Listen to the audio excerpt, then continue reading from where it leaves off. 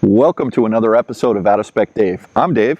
Hi, I'm Kathy. Hey, Kathy. Hey, so listen, what we've decided to do is to make a series of videos about electric vehicles, all different topics, the pros, the cons. We're going to talk about terminology. We're going to talk about charging. And, is an electric vehicle right for you or wrong for you? I mean, we don't really think that they're right for everybody, but what we want to do is we kind of want to share our thoughts. So we're going to start with this episode, and we're going to get into the basics here. And the basics start with terminology. If you can't talk the language, then it's probably pretty tricky. So what do you think, Kathy? I think we're going to have a good discussion and try to break down some of the terminology that we all hear and what's important and maybe what's not so important to know. Yeah. So this is going to be a little bit of a long one, as usual, with the Out of Spec Dave channel, because she talks so much, All right, well, thanks for watching. Let's get into it.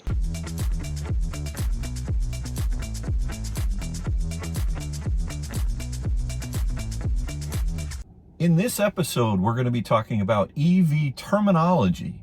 There's a different language if you've not been exposed to electric vehicles, and everybody talks in codes.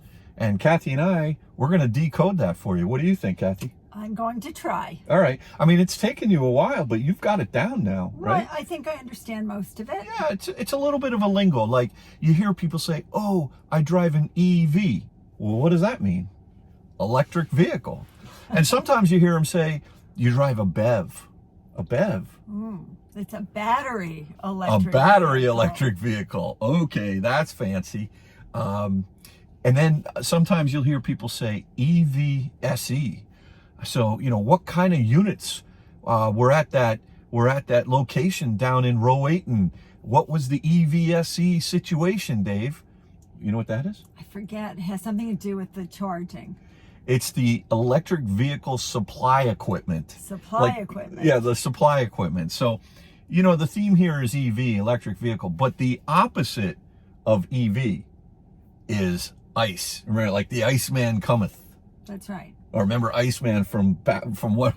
Top Gun. Top Gun, right? Top Gun? Top Gun, yeah. Right. What is ICE?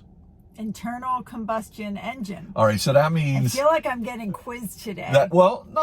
Maybe. But that's okay if I don't know everything. All right, so... Because I think this video is really just to... Let's talk about the terminology. Yeah. What's more common, what's not common, and does it really matter? Yeah, but you can have fun with ICE, right? For a lot of different reasons, because internal combustion engine...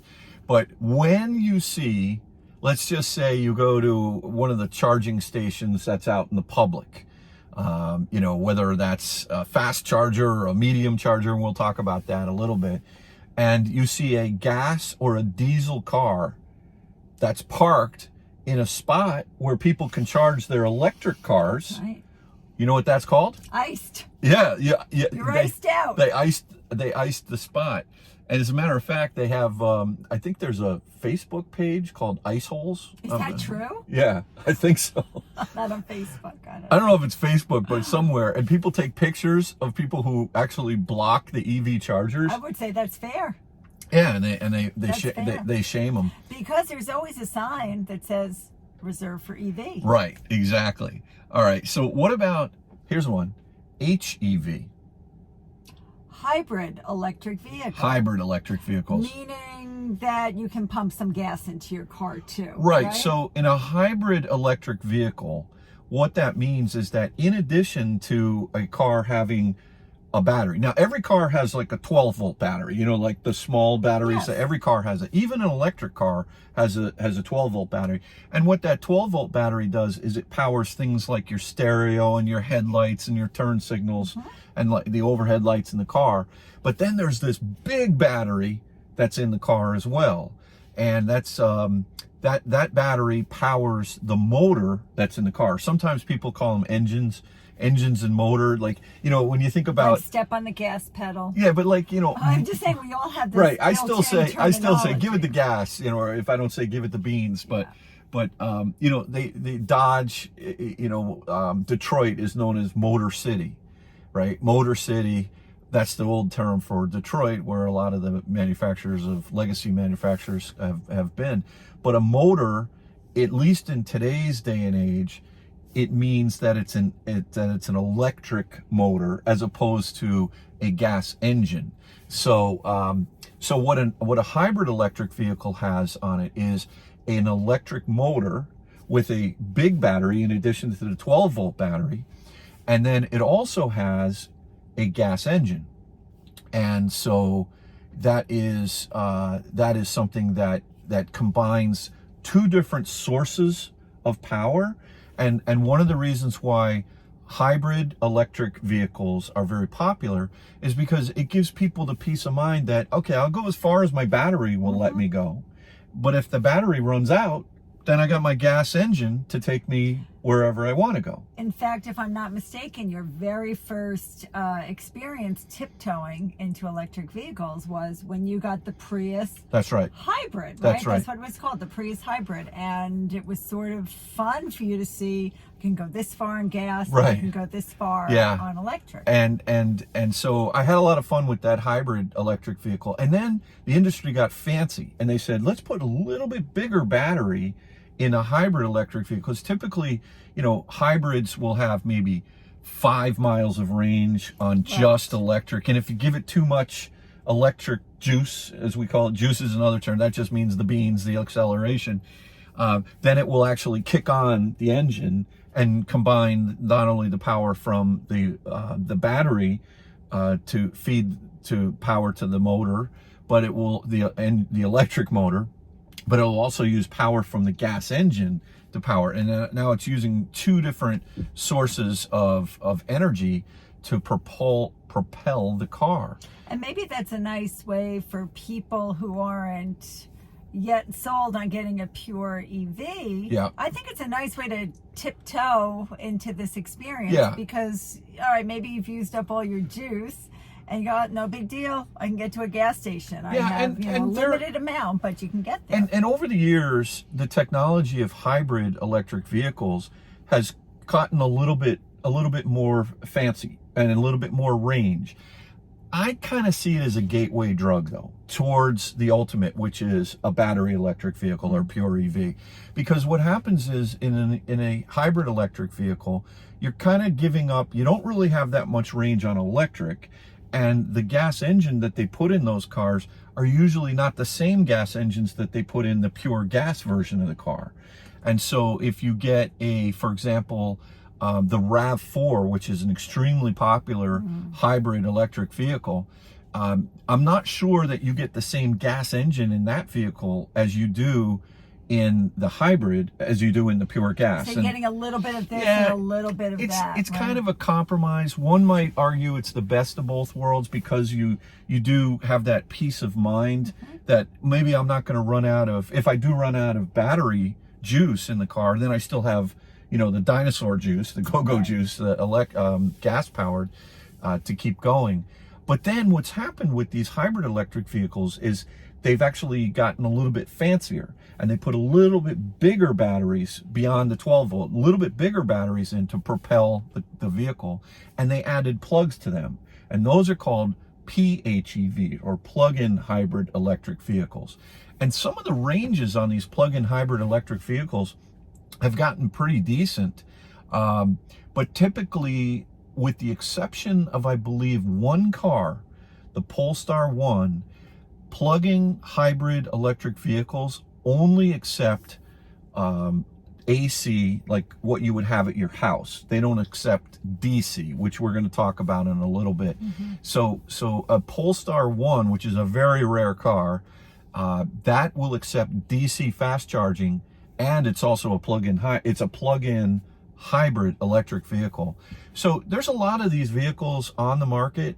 Some of the firms that are putting them out there is Mitsubishi has the Outlander. Volvo has some, whether they're hybrids or plug-in hybrids, as does BMW. And you can check those out and see what they're like. AC is a term you'll hear, right? AC, DC. It's a rock band, right? It sure is, or was. Or was? I don't know if they still are doing it. They're probably still kicking it. But I'm sure their music is still rocking. Oh, man, it's a great band. As a kid, I never really got into them. I don't know why, but AC, alternating current, DC, direct current. Now, an electric vehicle has a big battery in it, and that energy is stored in direct current format, DC. But the energy that comes out of your house, you know, we all say, oh, it's the AC, right? Alternating current. And so on the car itself, in every electric vehicle, there's something called an onboard charger. And what that does is it takes the AC energy and it converts it somehow. I don't know how, it doesn't matter, but it converts it into a format that puts DC right directly into the battery. When you charge at home, there are two different levels of charging that you can do.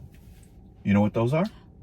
Level 1, level 2. There you go. Level 1, level 2. How hard could that be? Level 1 is like a regular plug that you plug your television in, or a light, or, you know, whatever. You can plug your car. And you can plug your car into that, and it will take a very long time. I think we should make another video just about charging. We are going to do another video completely on charging, but just as an overview, there's a lot there. Level 1 charging is a regular 110 or 120 volt plug like you see in your house. And if you plug an electric vehicle into that, you're only going to get about 3 miles of range every hour. So not a lot of range. But if you drive 15, 20 miles to get to work, both, you know, round trip, then that's not so bad, because you can at all. In 10 hours. In fact, it's such an easy way to charge, is when you can charge at your own house. Right. And you know, we're going to talk about people who live in apartments. That can be problems, and it's kind of interesting. But you know, those dryer vents, you see those round dryer vents, electric dryers that you have for your clothes, those are 220 volt, and they put out energy. Think of it like a garden hose. They put out energy a lot faster than just a 110 would put out the energy. And one of those plugs is a level 2, and that, if you had that at home, or if you installed that into your house at home, then you would get about 30 or 35 miles of range every hour. That's a very sweet situation. Which is great. And we have one of those at our house. Yeah. Not every apartment building has that, and it can be a challenge, it can be a problem.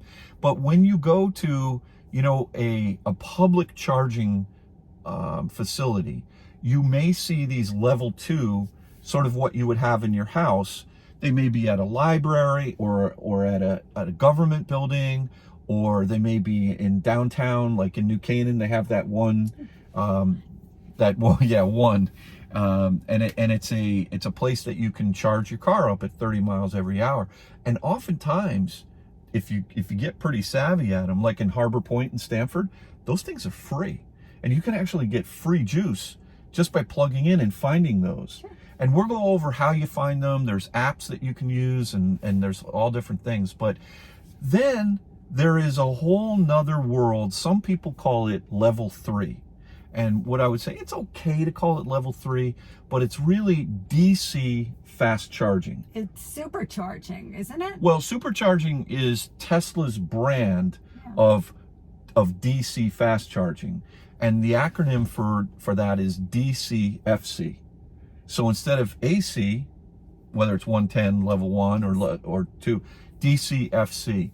And there are multiple companies that are in business to sell you electricity at these public charging places at a very high rate of charge. Where instead of putting out 35 miles of juice every hour, you may get 500 miles of juice, or 1,000 miles of juice every hour. But you also need to have an electric car that can support. That's right. That fast. There's a number of factors, and we'll get into all of that. But these companies that put out these DC fast chargers, those are called charge point operators, CPOs. And an example of a CPO is Tesla, right? Tesla superchargers.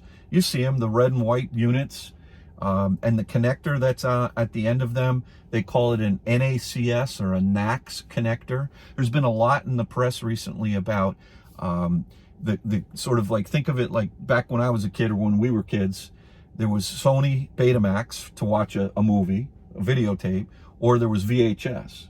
And there are 2 standards right now in the country. There's actually 3, There's supercharging, which is NACS from Tesla. Then there's something called CCS, which is a charging combination system, or CCS. Now, this is really, I'm focusing on what's happening here in the United States. In Europe, it's a little bit more kind of jammed together. But for purposes of this video, we're talking about the US. And predominantly there is either Tesla or there is CCS to charge your car. And your car, if it's not designed to charge at Tesla, meaning pretty much any car other than a Tesla, then you have to go and find a CCS charge point operator. Unless you have a Nissan Leaf, one of the rare few cars that uses a Japanese standard called CHAdeMO, and that's a dying breed right now. CHAdeMO is on the way out. So it's really CCS and NACS that are left right now. Examples of NACS is Tesla. There's only one example. It's Tesla. And it's an extremely reliable charging network. Some may call it the gold standard. Yeah. And then I would definitely call it the gold standard. And then on the CCS side of things, there is you may have heard of Electrify America or Electrify Canada if you're up in Canada, and or EV-Go or ChargePoint themselves. These are all examples of charge point operators that are in the business of selling you electricity at a very high rate of speed. Now, when you connect up to one of those DC fast chargers, what happens is, instead of the electricity going into the car in AC and then your car having to convert it, it just bypasses that and it goes DC. It dumps it right into the station. We'll go over this when we film the charging video, which is kind of interesting. There is another term that you'll hear beyond CHAdeMO on its way out, CCS kinda on its way out, maybe, I don't know, maybe not, but there's a lot going on. We'll talk about that. And NACS, and that's J1772. That is a round connector that puts AC into your car, whether it's at level 1 or level 2. So a lot of terminology. Just to review on the charging side, there's J1772, there's NACS, which is Tesla, there's CCS, and then there's CHAdeMO. All right, now let's talk about kilowatt hours versus kilowatts. Everybody gets this, not everybody, but a lot of people get these two things mixed up. Can you tell me the difference between, you can't? No. Okay, well, let me try and explain it. Again, I don't really have a need to No, I know, but know I mean, just what it is, but I know that they're different. All right, so if I ask you, hey, Kathy, cool, Corvette you're driving there, how big's the gas tank?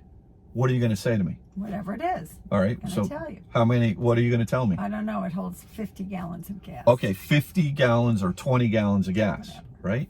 Kilowatt hours is the amount of energy that the battery stores. All right? And that is a unit of energy equal to the energy transferred in 1 hour by 1 kilowatt of power. Not that you need to know that, but think of kilowatt hours. It's kind of like weird because kilowatts to me is power, right? That's what it is. It's a measurement of power. And kilowatt hours is kind of like you've got power in time. But really what it is it's a measurement as to how big your battery is. So for example, a Tesla Model S or Model X will have a 100 kilowatt hour battery. And let's say a Hyundai Ioniq 5 would have a 77 kilowatt hour battery. So that would be like saying, oh, I have a 30 gallon gas tank. And then you say, oh, I only have a 20 gallon gas tank. So kilowatt hours is a measurement of how much energy the battery can store, whereas kilowatts is a measurement of power. Now, these batteries themselves, you'll hear terms like, oh, it's a lithium ion battery. And you may hear a term called LFP, which is a newer type of lithium battery that uses iron. Another word for iron is ferrous. and phosphate. So LFP is a lithium ferrous or lithium iron phosphate battery. And what's interesting about lithium ion batteries, you know, remember when we got those kids, those Peg Perego yeah, like cars? those Peg Perego cars, those were fun. they were using nickel cadmium batteries, rechargeable batteries. They weren't, back in the day, they weren't lithium ion Oh, we batteries. plugged them in the garage. We plugged them in the garage. They were rechargeable, and newer technology has come out, and lithium and there's different precious metals that go into these lithium ion batteries, cobalt and nickel and lithium itself. And there's a lot of controversy about mining those precious metals. And a lot of times the countries that you're mining those metals from, they don't really have strict laws about who can mine, meaning sometimes children, under really poor working conditions. And so there's a lot of negativity perhaps around some of the EV stuff that I'm talking about here. But if you hear lithium ion batteries, they're somewhat, they can be somewhat volatile. They're very stable until they either get punctured, damaged, or potentially exposed to salt water, like some of the floods that were happening down in Florida. And when they catch on fire, it can get nasty. And we'll talk a little bit about some of the downsides. For the most part, they're extremely safe, and you really shouldn't have to worry about that. But you'll hear lithium ion batteries or LFP batteries, and some of the precious metals that are in them are nickel and cobalt, and also lithium as well. Another term, range. I mean, everybody talks about range. What is that? That might be the most important term. You know, when someone comes up to us at a charger and they don't have an electric vehicle, what's the first question they always ask? How far can this go? Okay, that's range. How far can you go? I mean, you have that today in your gas car, right? Of course. Oh, it can go 300 miles. I can go 400 miles. I get 22 miles to the gallon. I got a 30-gallon gas tank. You can do the math. On average, you're going to go roughly 300 miles. It's the same thing in an electric vehicle. How far can you go? Well, there are so many different factors that affect that answer when it comes to an electric car. A little bit more than perhaps a gas car. A lot more than a gas car, because there's gas stations every couple of blocks. Well, that's how accessible getting the energy is, right? And so there's two types of anxiety that are evident in when you're considering an electric vehicle. The first is range anxiety, which is, oh my goodness, how far can that car go? How many miles do I have left? Right? And you've been nuts for your whole life about. I've been like that ever since I started driving. I was the girl who only drives with half a tank of gas or more. I never let it go below half a tank of gas. And you could equate that to a 50% charge. Right. But I'm better with that now with the charging. Right. And so there's range anxiety, which is the fear of not being able to go far enough, right? And then there's another thing that if you, charging, when you say far enough to where, if you're on a road trip and you're going to, let's say you find on a map, and we'll teach you how to find where to charge when you're on a road trip, and if you're not at home, the question then becomes, what happens if you show up at a charger and the charger doesn't work?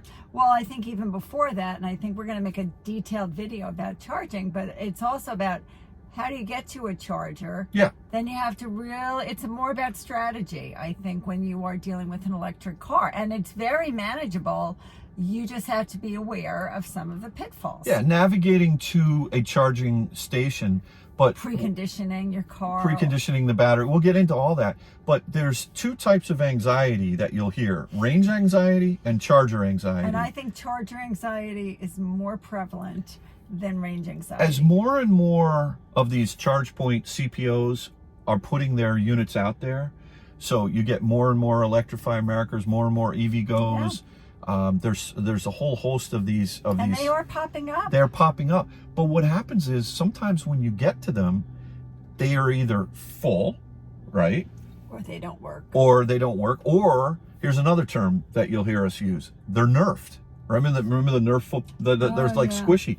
So that means that even though they say that they're capable of putting out a certain amount of power in kilowatts, so, you know, for example, Tesla superchargers, right?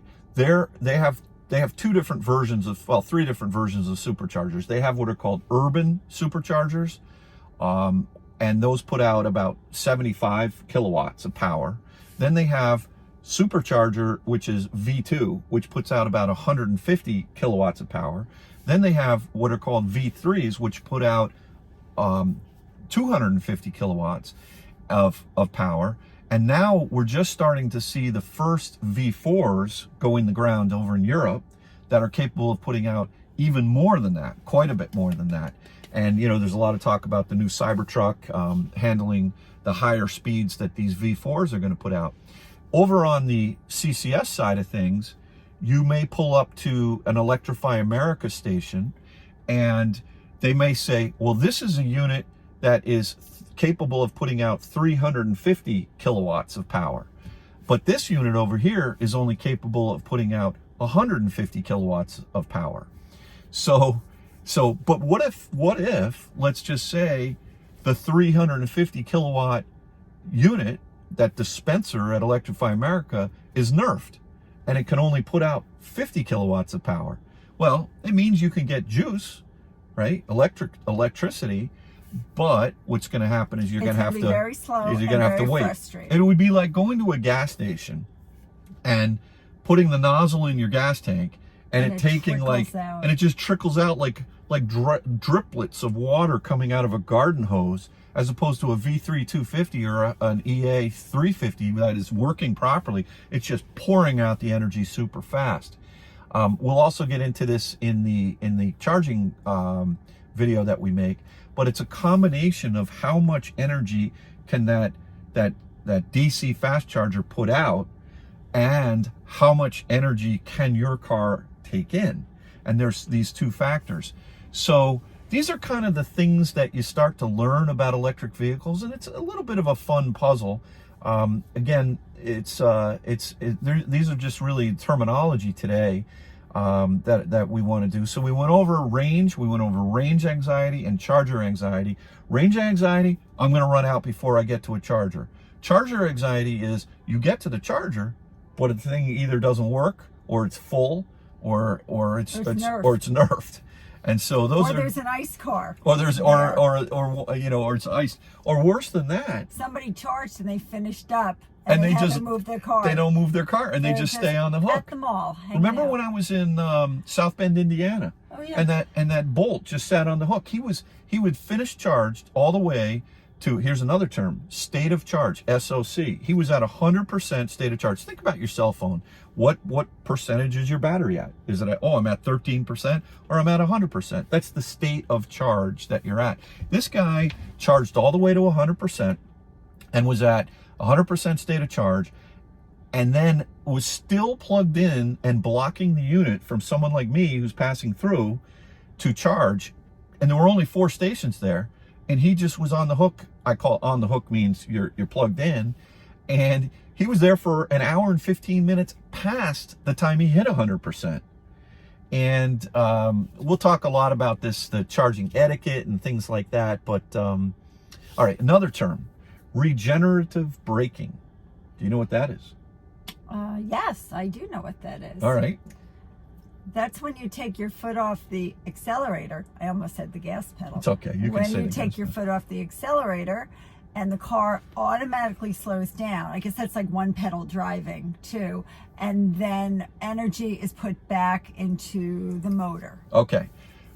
You How close was I? Very, very, very close. And in fact, you introduced a new concept there, which is one pedal driving. But let's talk about regen or regenerative braking. Short nickname for that is regen. Just as you explained, when you take your foot off the accelerator, the car slows down without you actually even having to touch the brake. Right. Now, if you're in a panic situation and a deer runs out in front, you can jam on the brake in an EV. Don't worry about that. And please do, right? But it's kind of like you feel like it slows down. And what's happening is the motor, the electric motor in the car, actually spins in reverse. As opposed to propelling you, just the energy from slowing down turns that motor in reverse. And instead of throwing that energy off as a wastegate to just waste it, these engineers have said, let's capture that energy and put it back into the battery. So when you're going up a long mountain pass, right, a big hill, you're using a lot of energy. But when you get to the top of the crest and you start coming down and your foot is off the accelerator, what happens is you're going to start putting energy back into the battery. It's so beautiful. And not only that, what happens is you don't have to touch your brakes, right? So your brakes last a lot longer. That we'll get into, you know, some of the pros of EVs in a little bit. But regenerative braking, and there's different levels you can set it at. You can have high regen, or you can have low regen, or you can turn the regen off. Depends on the EV that you get. And you mentioned one pedal driving, which means, and not all EVs have this, and I love one pedal driving. It's great. And even the EVs that have it, you can turn it off. So if you're really one that, you know, when you come to a stop in a gas car, come to a stop sign or a stoplight, you've got to keep your foot on the brake, right? I just touched the brake. So now the car's firing up here. You have to keep your foot on the brake. Otherwise, what happens if you take your foot off the brake, it'll creep forward, right? It'll just start moving forward. In an electric vehicle, if you want the car to do that, it will do that. You know what mode that's called? Creep mode. Creep mode. I love that mode. With Halloween coming up, it's perfect, right? Creep mode.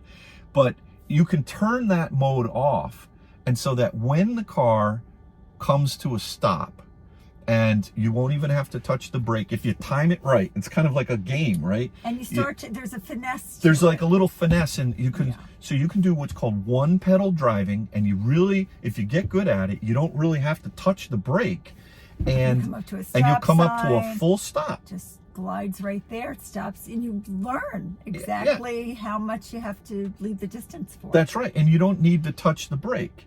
And then when the light turns green, then all you have to do is drive.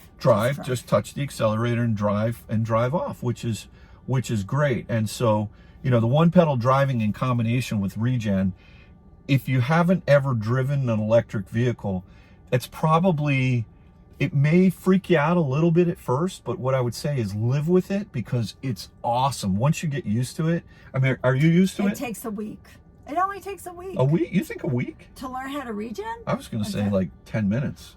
Or 10 minutes. Yeah, 10 minutes. Max a week. Well, you're just acting like it takes a long time. It doesn't take No, it takes, okay, so I get it. A week. Okay.